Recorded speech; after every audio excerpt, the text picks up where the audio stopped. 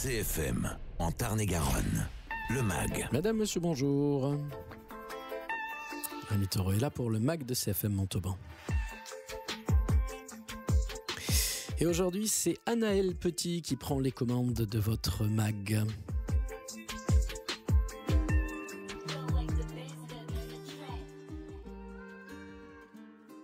L'école de la deuxième chance est implantée depuis 2 ans maintenant, avenue Gambetta à Montauban. Chaque année, elle accueille une 60aine de jeunes issus de parcours difficiles et cherchant à s'insérer dans le milieu scolaire ou professionnel. Dans les couloirs de l'E2C, il y a une bonne ambiance, mais la rigueur règne quand même. Hélène Dufaux, directrice de l'école de la deuxième chance de Montauban. Alors, vous avez qui d'autre là? Vous êtes 6 normalement. Christian, il est où? Meilleure partie. Christian, Il arrive. on t'attend. Alors, l'E2C, c'est un dispositif qui existe depuis 1998 et qui a vocation à répondre aux situations dites de décrochage scolaire, c'est-à-dire apporter à des jeunes qui sont sortis de l'enseignement initial sans solution ou avec des solutions inadaptées. La proposition, c'est de les accompagner pendant en moyenne 6 mois dans un parcours vers le projet professionnel avec de l'alternance, des temps en centre avec nous, l'équipe pédagogique de l'E2C, où on va les aider à remobiliser leur savoir de base, à s'orienter vers un projet, vers un métier, à faire des enquêtes métiers, à travailler les techniques de recherche d'emploi, etc. Et des temps en stage. Donc alternance, 4 semaines en centre, 3 semaines en stage, et on recommence 4 semaines en centre, 3 semaines en stage pendant 6 mois en moyenne. Et l'école à Montauban, elle existe depuis quand ? On a ouvert le 1er mars 2023, donc ça fait 2 ans, et on a déjà accueilli et accompagné 130 jeunes. Il y a eu des évolutions dans l'école en 2 ans. Est-ce que vous pouvez me parler de ces 2 ans ? Oui, c'est une bonne question. Évidemment, on a commencé avec des locaux provisoires, à peu près à la même adresse, mais voilà, on est passé de l'autre côté du mur, si je puis dire. On était dans l'ancien magasin Jouet Club avec une salle d'intervention au rez-de-chaussée, un bureau partagé pour l'équipe administrative, de direction pédagogique, mais c'était aussi la salle de pause des jeunes, la salle par laquelle on passait pour aller à l'étage dans une autre salle d'intervention. Et puis, pendant 9 mois après l'ouverture, il y a eu des travaux. Et le 13 décembre 2023, on a emménagé dans les locaux dans lesquels on se trouve aujourd'hui, au 4 avenue Gambetta. On a des beaux locaux tout neufs, sur mesure, parfaits. Super. Pourquoi une école de la deuxième chance à Montauban ? Il y avait un besoin ? Oui, le besoin, c'est d'apporter une réponse, encore une fois, à ces jeunes personnes de 16 à 25 ans qui sont sans solution de métier, de projet de formation. Et l'école est arrivée après une étude faite par la région Occitanie pendant à peu près 2 ans, qui est venue donc étudier le terrain, le territoire, et qui a eu besoin et envie de s'implanter ici. Il y a 13 écoles de la deuxième chance en Occitanie. L'ancien Languedoc-Roussillon était très bien pourvu puisqu'il y avait 9 antennes, 11 antennes je crois même, pardon. Et en Occitanie, en Midi-Pyrénées, ancien Midi-Pyrénées, il y avait juste l'école de la deuxième chance de Toulouse avec une antenne à Rodez. Et depuis 2023, Castres a ouvert, Montauban et Rodez qui est maintenant désolidarisé de Toulouse.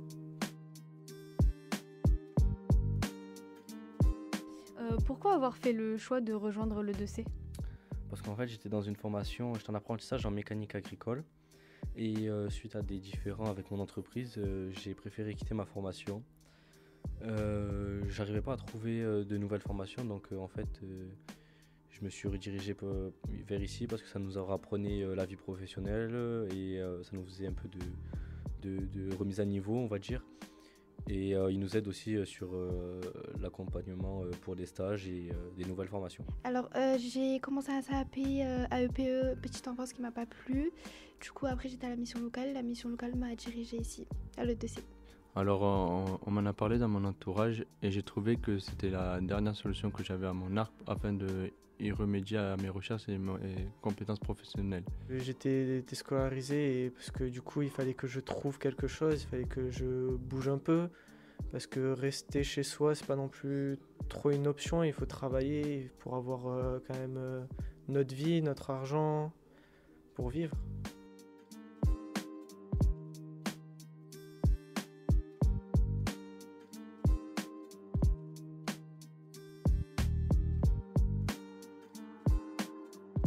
Il y a eu des parcours de stagiaires qui sont intéressants depuis ces 2 ans? Oui, il y a des parcours assez exceptionnels avec des jeunes qui, en gros, les personnes qu'on accompagne ici ont des parcours de vie fragilisés, cabossés, on pourrait trouver plein d'adjectifs pour en parler, des parcours scolaires aussi avec beaucoup, pour certains, de harcèlement, d'échecs scolaires, hein, de difficultés à fonctionner avec l'éducation nationale. Et on a des personnes qui sont arrivées à l'E2C et qui ont pris un élan assez magnifique. Des personnes issues de foyers qui aujourd'hui sont en emploi, progressent, ont des perspectives de carrière. On a des jeunes qui ont repris des études universitaires, donc qui sont passés par un diplôme d'accès aux études universitaires, qui sont aujourd'hui en, je crois, 3e année de licence de culture anglo-saxonne. Des gens qui sont allés tout simplement prendre une alternance en commerce-vente parce que il y a beaucoup de jeunes qui veulent travailler dans la vente. Et des chouettes, vraiment des chouettes trajectoires au regard des freins et des empêchements avec lesquels les jeunes sont arrivés à l'E2C.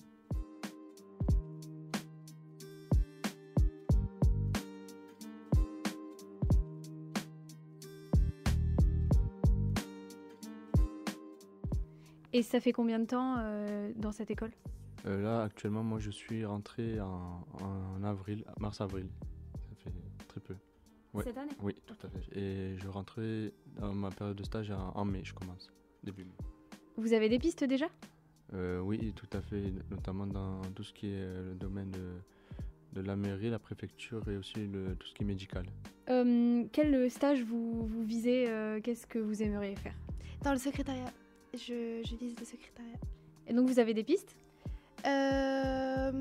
Oui, dans les agences intérim, tout ça.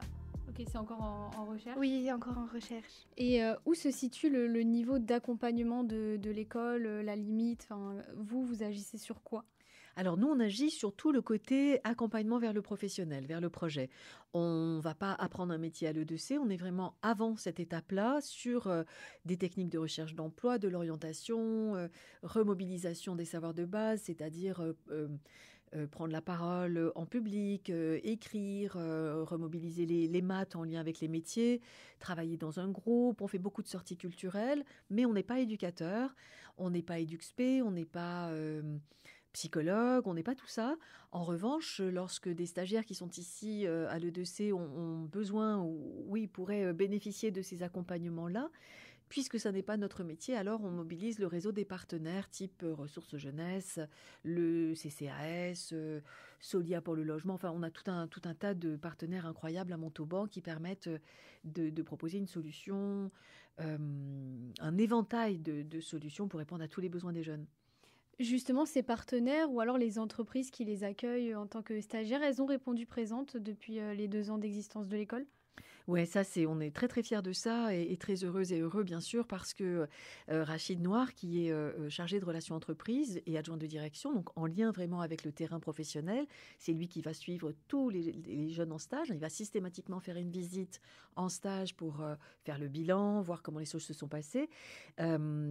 On travaille aujourd'hui avec 243 entreprises du bassin montalbanais et un peu au-delà. Et tous les professionnels sont hyper mobilisés. Tous et toutes ont vraiment de l'intérêt pour accueillir les stagiaires de l'E2C, comprennent l'importance de faire de la place aux jeunes en recherche de projets.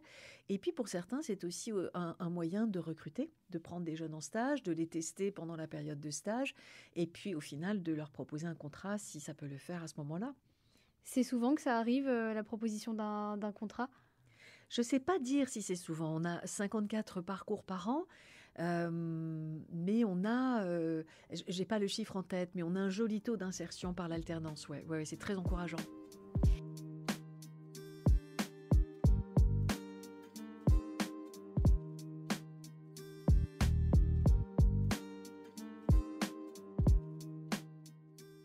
Dans les structures comme France Travail ou d'autres, tout ce qu'on avait comme besoin d'aide n'était pas, pour moi, ne servait pas à grand chose, n'était pas d'utilité. Comme projet professionnel, j'ai pour le moment le commerce. Donc pour le moment ça se passe bien parce que j'ai trouvé quasiment tous mes stages. grâce à de l'aide du coup d'information avec le 2C. J'ai trouvé un stage pour le prochain stage et après j'essaye de faire petit à petit, stage par stage. Est-ce que vous pouvez me raconter une journée type ou concrète lorsque les stagiaires sont en formation à l'E2C ? Alors, c'est pas évident parce qu'il n'y a pas vraiment de journée type. On a des petits rendez-vous rituels. Par exemple, le lundi matin, c'est ce qu'on appelle l'hebdo. Quand les stagiaires arrivent à l'E2C, donc à 9h, on démarre à 9h, on termine à 17h, chaque groupe est en lien avec son formateur ou sa formatrice référente. Donc, c'est la personne qui va être le plus souvent avec elle et eux pendant le parcours. Et le lundi matin, on parle un peu du week-end, on va présenter le déroulé pédagogique de la semaine, les contenus qui ne sont pas les mêmes en fonction des semaines et des intervenants et intervenantes. Et en hebdo, les stagiaires vont aussi préparer leur démarche du lundi après-midi. La plupart des lundis après-midi sont banalisés pour des démarches de recherche de stage, des enquêtes métiers, de la remise à niveau avec un outil numérique qui peut se travailler à distance. Et donc tout cela se prépare en salle le lundi matin. Et l'après-midi, les stagiaires vont sur le terrain faire leur démarche. Le lendemain matin, il y a ce qu'on appelle vers le pro.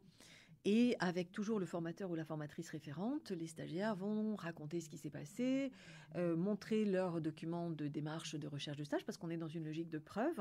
Tout ce qu'ils prétendent avoir fait, on veut le voir concrétisé sur dans un dossier un dossier pour les documents de suivi de recherche de stage. Et puis, chemin faisant, on comprend s'il y a des freins, s'il y a eu des difficultés. On va pouvoir retravailler des choses en salle. Si ils reviennent avec une convention de stage, on est super content parce que ça veut dire qu'ils ont su se présenter. Et puis surtout qu'il y a un projet vers une entreprise qui se concrétise et c'est très encourageant. Donc voilà, ça c'est vraiment des temps, les lundis et mardis matins, très forts et récurrents. Et ensuite, au cours de la semaine, il peut y avoir une activité qui s'appelle Bien dans ma tête, que Marina Host, qui est formatrice ici, propose, où on va travailler la santé mentale, on va travailler ses préoccupations, les questions un peu existentielles qui prennent un peu la tête. Il peut y avoir un temps où on va parler de droit du travail avec Sylvain Bargiaki, qui est aussi formateur à l'E2C. Droit du travail, mais aussi peut-être un peu en lien avec les métiers vers lesquels les jeunes se profilent. Il peut y avoir une intervention autour de l'alimentation. À l'E2C, on peut être amené à faire des maths en faisant des crêpes, par exemple, parce que faire de la cuisine, c'est compter, peser, diviser, etc. Et puis, c'est toujours agréable de faire des crêpes. Ça fait un goûter à partager avec tout le monde, c'est cool. Et ça, c'est Amandine Béranguet, mais c'est très réducteur. Ils font beaucoup plus de choses que ça, chacune. Et ils ont un champ de compétences immense. Pavel est là aujourd'hui parce que lui, il anime la discussion, ce qu'on appelle, nous, le café débat, c'est-à-dire prendre la parole sur des sujets plus ou moins polémiques, mais être en capacité d'apprendre à écouter les autres, de parler à son tour, de structurer sa parole, de débattre, mais dans des conditions d'écoute et de bienveillance et de grand respect, parce qu'on travaille tout ça à l'E2C. Tout va bien se passer. Imaginez, vous avez une maison qui est confortable, isolée correctement, plutôt sympathique. On ne va pas partir sur un château au milieu d'une forêt, mais une maison sympa, en ville, fonctionnelle. Vous ouvrez le robinet, vous avez de l'eau, vous n'avez pas à payer. Vous avez de la nourriture dans votre frigo et vous avez, une allocation tous les mois qui vous permet de remplir votre frigo et de manger à votre faim à peu près ce que vous voulez. Il y a l'électricité. Il y a l'électricité et Internet. Là, je précise au cas où. C'est obligatoire, c'est sans payer. Alors, pour l'instant, tout ça, vous ne le payez pas. Quelles activités vous avez pu faire qui vous ont plu ? Qu'est-ce que vous faites Les intervenants qui viennent, les sorties professionnelles. Voilà, il y en a plein, tellement. Ce qui est bien, c'est le vendredi matin, on part dans Montauban pour faire de l'orientation un peu. Et après, j'ai entendu dire ici que des fois, pour les maths, ils font de la cuisine pour apprendre tout ce qui est dosage et tout. Bon, après ça, on ne l'a pas encore fait. Les semaines, elles passent assez vite, on va dire, parce qu'on a déjà 2 après-midi, on n'est pas sur les lieux, donc ça passe vite. La semaine dernière, par exemple, on est allé au truc des militaires qu'il y avait. Et on a pu du coup faire des activités militaires ou autres. Donc c'était quand même assez cultivant et puis voilà. J'aime bien tout ce qui est excursion et les intervenants qui nous aident avec des choses qui ont à voir avec la vie active. Les stagiaires, dans ces différentes activités, la plupart du temps, ils se prêtent au jeu. Comment est leur comportement dans l'école ? Eh ben, ils ont intérêt de se prêter au jeu parce que c'est ce à quoi ils se sont engagés en suivant une réunion d'information collective qui est le préalable à l'entrée à l'E2C. Et après cette réunion d'information collective, on les a rencontrés toutes et tous en entretien individuel pour discuter de leur projet, valider avec elles et eux que ce projet était bien, que l'E2C pouvait vraiment leur apporter de quoi répondre à leurs besoins en lien vers le projet. Et ensuite, l'E2C, c'est 35 heures par semaine, il n'y a pas de vacances scolaires, on est vraiment sur un mode professionnel. Donc quand on s'engage dans un parcours à l'E2C, on s'engage dans le parcours globalement. Et on ne peut pas dire, bah non, ça ne m'intéresse pas, je ne le fais pas, c'est pas l'idée.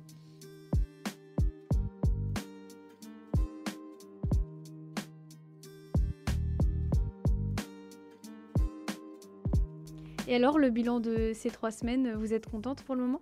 Oui, je suis très contente et ça avance très bien. Et on espère trouver le projet. Il nous accompagne beaucoup, il nous encourage quand on n'y arrive pas. Des fois, on perd confiance un peu et voilà, c'est très bien. Je pense que ça va beaucoup nous aider et qu'on va tous repartir satisfaits. Ça répond aux besoins et aux attentes que j'attendais depuis des années. Déjà, dans mon métier, j'étais, on va dire, avec des clients, mais j'étais solitaire. Le fait de revoir du monde comme à l'époque de mon entrée au lycée, à la fin des cours, me permet de me sociabiliser et justement et de reprendre contact avec l'humain, on va dire.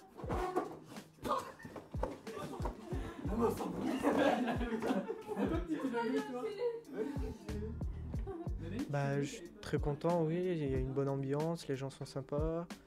Il n'y a pas de on va dire, d'infériorité ou autre. Tout le monde est pareil, on va dire. Donc oui, ça va être très, très bien. Une bonne ambiance, il y a tout qui est bien. Comment on rejoint l'E2C ? La plupart des personnes arrivent, alors pas la plupart, mais 40% des personnes arrivent par la mission locale. Donc les conseillères ou conseillers mission locale, lorsque les jeunes leur semblent prêts pour l'E2C, ils connaissent bien l'E2C, ils prescrivent, ils orientent la personne à travers une plateforme numérique et lui donnent un rendez-vous. Un mardi sur 2 de 13h30 à 16h, on a ce qu'on appelle, nous, des réunions d'information collective qui permettent aux personnes intéressées de venir à l'E2C. On va présenter le dispositif. Donc, pour France Travail et la mission locale, les prescriptions se font en ligne sur une plateforme numérique que nous partageons. Et puis, pour les autres, pour les travailleurs sociaux, la mission de lutte contre le décrochage scolaire, ils envoient des mails. Voilà, comme ça, on suit le nombre de personnes inscrites pour pas que ça dépasse une douzaine de personnes. Mais on a aussi énormément de candidatures spontanées. Je crois qu'on est à 38% de candidatures spontanées, ce qui est beaucoup en E2C.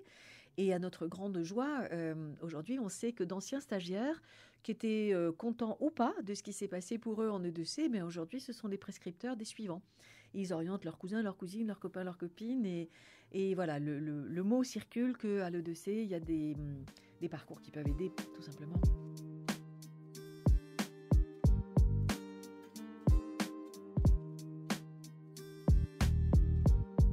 Alors à la base, moi j'étais à la MLDS, en gros c'est au lycée Bourdelle, ils font des stages. Et c'est pareil qu'ici, sauf qu'il n'y a que des stages et aucun cadre scolaire, on va dire. Et elle m'a dit, si tu veux un cadre scolaire à l'E2C, cadre scolaire. Du coup, on va aller à l'E2C. C'était des propositions du lycée là où j'étais avant et ma mère aussi m'en avait parlé. Donc j'ai j'ai demandé, j'ai été pris, donc voilà.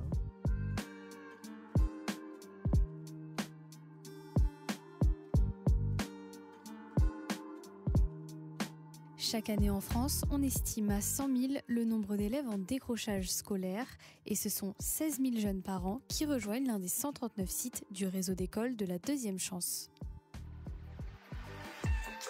C'était un sujet proposé par Anaël Petit. Vous le retrouvez bien sûr en podcast sur cfmradio.fr.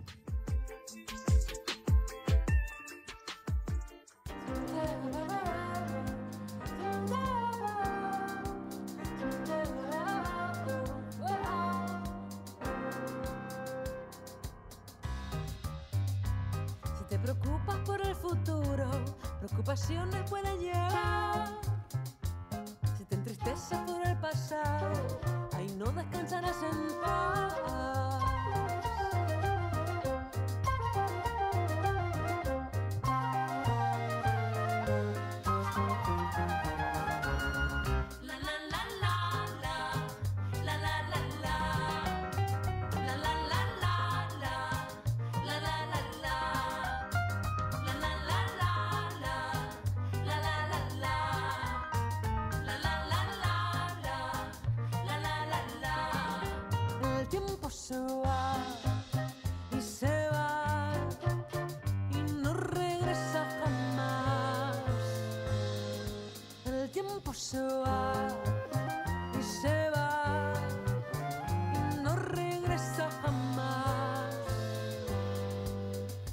nuestras manos sembramos amar, con nuestro ser trazamos el camino, con estas piernas recorre el mundo, mi corazón es mi casa.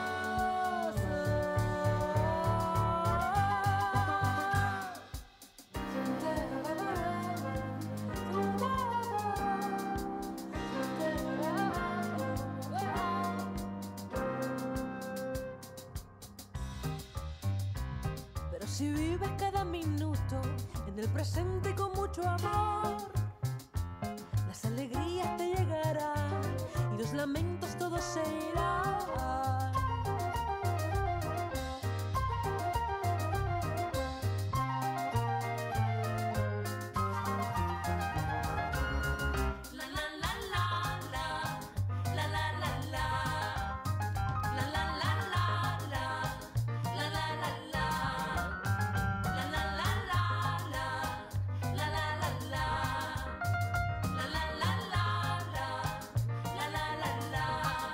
El tiempo se va y se va y no regresa jamás. El tiempo se va y se va y no regresa jamás. Con nuestras manos sembramos amar, con nuestro ser trazamos el camino.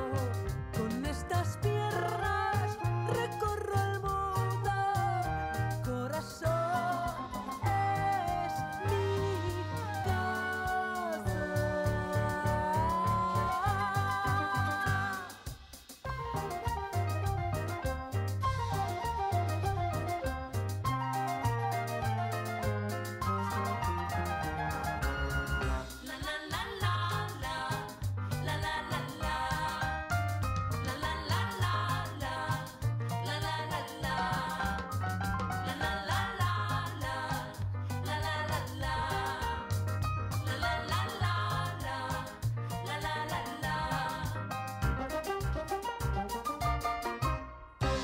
Voilà, c'était Anna Carla Mazza, Cumbia del Tiempo, pour illustrer le concert Cumbia al País de ce mercredi 30 avril à Eurythmie, à Montauban.